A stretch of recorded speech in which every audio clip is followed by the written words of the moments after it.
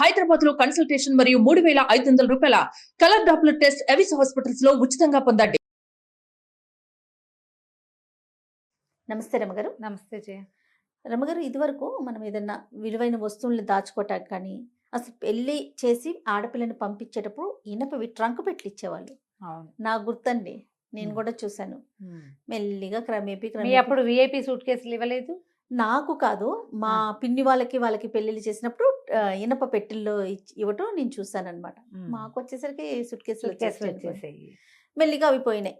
తర్వాత మనం ఏదైనా స్టోరేజ్ పర్పస్ అయితే ఇనుప బీరువాలు, చెక్క బీరువాలు, టెకుడ్తో చేసిన చెక్కవి కానీ ఇనుప బీరువాలు చూసేవాళ్ళు. అది కూడా అంతరించిపోయి కబోర్డ్స్లోకి వచ్చేసాము. అసలు బీరువా అనేది ఇంట్లో ఉంచుకోవాలా రమ్మగారు? ఉండాలా? అలాంటి నియమం ఏమన్నా ఉందా? నియమం అంటే ఏదైనా పెట్టైనా ఇంకొకటైనా మన సరుకు జాగ్రత్తగా ఉండటం అనేది ఇంపార్టెంట్ కదా జయ. ఇప్పుడు సరుకులు అంటే మామూలుగా ఏదో పప్పులు ఉప్పులు బట్ట పాత, ఇందులో ఖరీదైన ఉండొచ్చు, వెండి బంగారాలు ఇలాంటివి పెట్టుకోవడానికి జాగ్రత్తకి ఒక సాధనం. నువ్వు చెప్పే వీటికంటే ముందు ఇనపెట్టెలు ఉండేవి, భోషాణం పెట్టెలు ఉండేవి. భోషాణం అనేవాళ్ళు, పెద్దది 4 కాళ్ళది, చెక్కతోటే చాలా బరువుగా ఉండేది. ఇనప పట్టీలు లేదా ఇత్తడి పట్టీలు కూడా వేసేవాళ్ళు వాటికి. ఇనపెట్టెలు ఉండేవి, లేకపోతే ఇట్లా హ్యాండిల్ తిప్పేవి.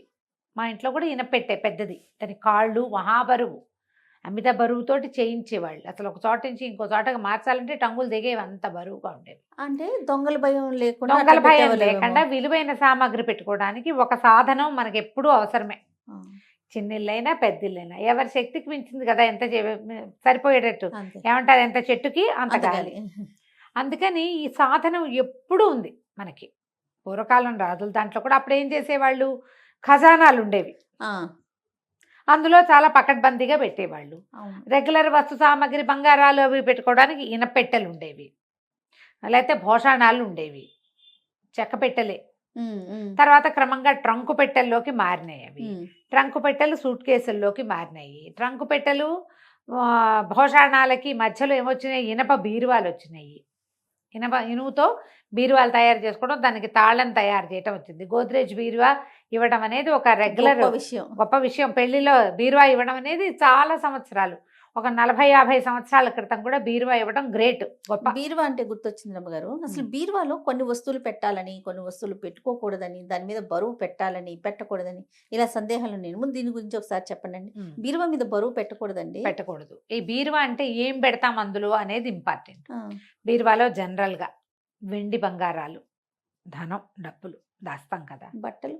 బట్టలు కూడా విలువైన పట్టు వస్త్రాలు రోజువారీ తీయం కదా దాన్ని, అందుకని అవన్నీ పెట్టుకుంటాం. అంటే మన సంపాదన, మన ఇంటి లక్ష్మి, మన యొక్క విలువ, మన జీవితం తాలూకు విలువని మనం ఒక దాంట్లో పెట్టినప్పుడు దాని మీద బరువు పెట్టద్దు.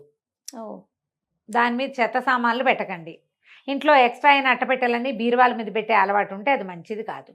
మీరు ఆ బీరువా ఇటు హాల్లో ఉండి మామూలు పుస్తకాలు అవి పెట్టుకునే బీరువా అయితే దాని మీద పెట్టుకోవచ్చు. కానీ ఎక్కడైతే మనము ధనము, మన సంపాదన, వెండి బంగారాలు, ముత్యాలు లాంటివి దేవతా సంబంధమైన వ్యవహారాలు అవి పెట్టుకుంటామో దాన్ని నైరుతిలో పెట్టాలి. నైరుతిలో పెట్టాలి. నైరుతి నుంచి తూర్పు ముఖంగా చూస్తే మంచిది. నైరుతి రాక్షస దిక్కుగా చెప్తారు, సాధారణంగా బెడ్రూమ్ నైరుతిలో చెప్తారు. అందులో మూలకి అది తూర్పు ముఖంగా చూస్తే మంచిది, అక్కడ పెట్టుకోవాలి బీరువా. అందులో మీరు ఇలాంటి సామాన్లు అవి పెట్టుకోవచ్చు. చెప్పాలి కొన్ని ప్రత్యేకంగా. ఆగిపోయినా, పాడైపోయినా, పనికిరాని వాచీలు లాంటివి పెట్టద్దు. ఇంట్లో పెట్టుకునే మీద తాళాలు అవి పెట్టద్దు. ఇనప వస్తువులు బీరువాలో పెట్టుకోకూడదు. ఇక్కడ పెట్టింది ఇనప వస్తువు, ఇందులో మీరు ఏమేం వస్తువులు ప్రీషియస్ విషయాలే పెట్టుకుంటాం. ఆగిపోయినవి, పాడైపోయినవి, పాతవి బీరువాలోకి ఎక్కితే ఎట్లా? ఇందులో ఇంకా ఏం పెట్టుకుంటాం, ఆస్తి పత్రాలు అలాంటివి, డాక్యుమెంట్స్ పెట్టుకుంటాం. మళ్ళీ బ్యాంకులకి వెళ్ళి వచ్చిన రసీదులు, ఏమైనా కొనుక్కొచ్చిన రసీదులు, వాటిని వేరే దాంట్లో పెట్టుకోండి మీరు. బ్యాంక్ పాస్బుక్స్ అవి కూడా ఇందులో పెట్టుకోవచ్చు. అంటే మనం కట్టేసిన రసీదులు ఉంటాయి చూడు, అవి వద్దంటారు. కట్టేశాక రిసీట్ వస్తుంది కదా, ఆ రిసీట్లు సాధారణ చాలా మందికి దాచిపెట్టే అలవాటు ఉంటుంది. ఓ చిన్న బాక్స్లో పెట్టి విడిగా పెట్టుకోండి, అలవాటు చేసుకోవాలి అంతే. అక్కడి నుంచి ఒక వాచి కొనుక్కున్నాం, పాతపడింది, పాడైతోంది, లేదా పని చేయట్లేదు, ఆగిపోయింది, దాన్ని బీరువాలు పెట్టి కొత్త వాచి కొంటారు. ఆ పని చేయబోకండి, బీరువాల్లో పెట్టద్దు. లాకర్స్ ఉంటాయి కొంతమందికి బ్యాంకులు, లాకర్ కీస్ బీరువాలో ఉంచుకోవచ్చు. ఎందుకంటే అక్కడ ఉన్నది కూడా విలువైందే కాబట్టి. ఓహో. ఈ ఇంట్లో మిగిలిన ఇతరత్ర తాళాలు కానీ అవి పెట్టద్దు.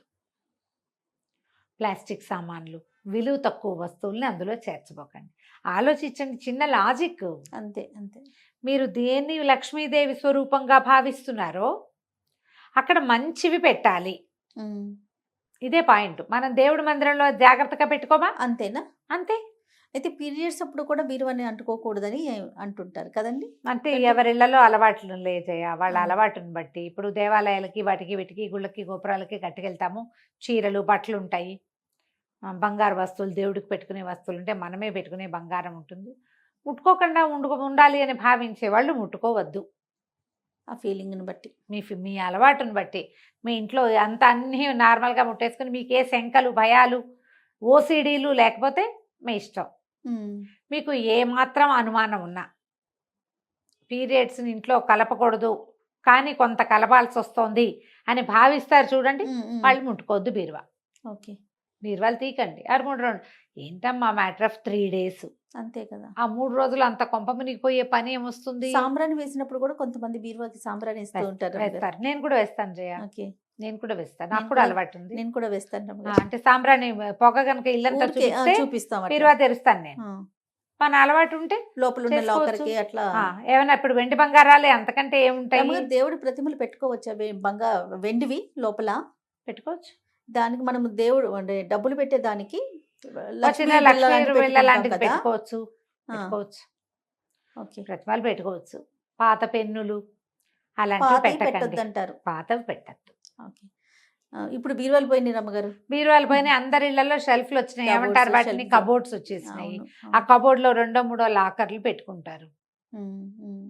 ఇప్పుడు దీనికి ఈ బీరువాకి చెప్పిన నియమం దీనికి చెప్పలేకపోతాం మనం. ఇది నైరుతిలోనే ఉండాలన్న నియమం కూడా లేదు. మొత్తం వాళ్ళంతా పెట్టి గోడంతా పెడతాము. ఏదైనా క్లీన్ గా ఉంచుకోవాలనేది సాధారణ నియమం. అంతే. చెత్తలు చేర్చకండి. మీరు ఎక్కడైతే వెండి బంగారం లాంటివి ఖరీదైనవి పెట్టుకుంటారో అక్కడ మీ సాధారణమైన వస్తువుల్ని దాంతో పాటు ఉంచబోకండి. ఓకే. అంతే.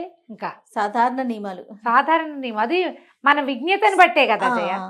ఇప్పుడు మీరు అన్నట్లుగా బీరువా అంటే ప్రత్యేకమైన నియమాలు పాటించగలుగుతాం. స్నానం చేసినప్పుడే పట్టుకోవటం, లేకపోతే మీరు అన్నట్టు పీరియడ్స్ టైంలో మన ఇంట్లో పరిస్థితిని బట్టి అంటుకోకపోవటం చేస్తాం. కబోర్డ్స్ వచ్చేసరికి అంతా కలిపే ఉంటున్నాయి. అప్పుడు ఏం చేస్తాం? ఎక్కడైతే ఈ పట్టు చీరలు బంగారాలు అవి పెట్టుకుంటామో ఆ ర్యాక్ తీయకుండా పక్క ర్యాక్ తీస్తారు. ఇంకా అలాంటి జాగ్రత్త సూక్ష్మంలో మోక్షం చేస్తారు. అమ్మ అవన్నీ కూడా దేన్ని సిద్ధాంతీకరించలేము ఈ రోజున, అసలు కాదు. అది మీ సొంత అవగాహన, మీ ఐడియాలజీ, మీరు భయపడకుండా ఉండటం.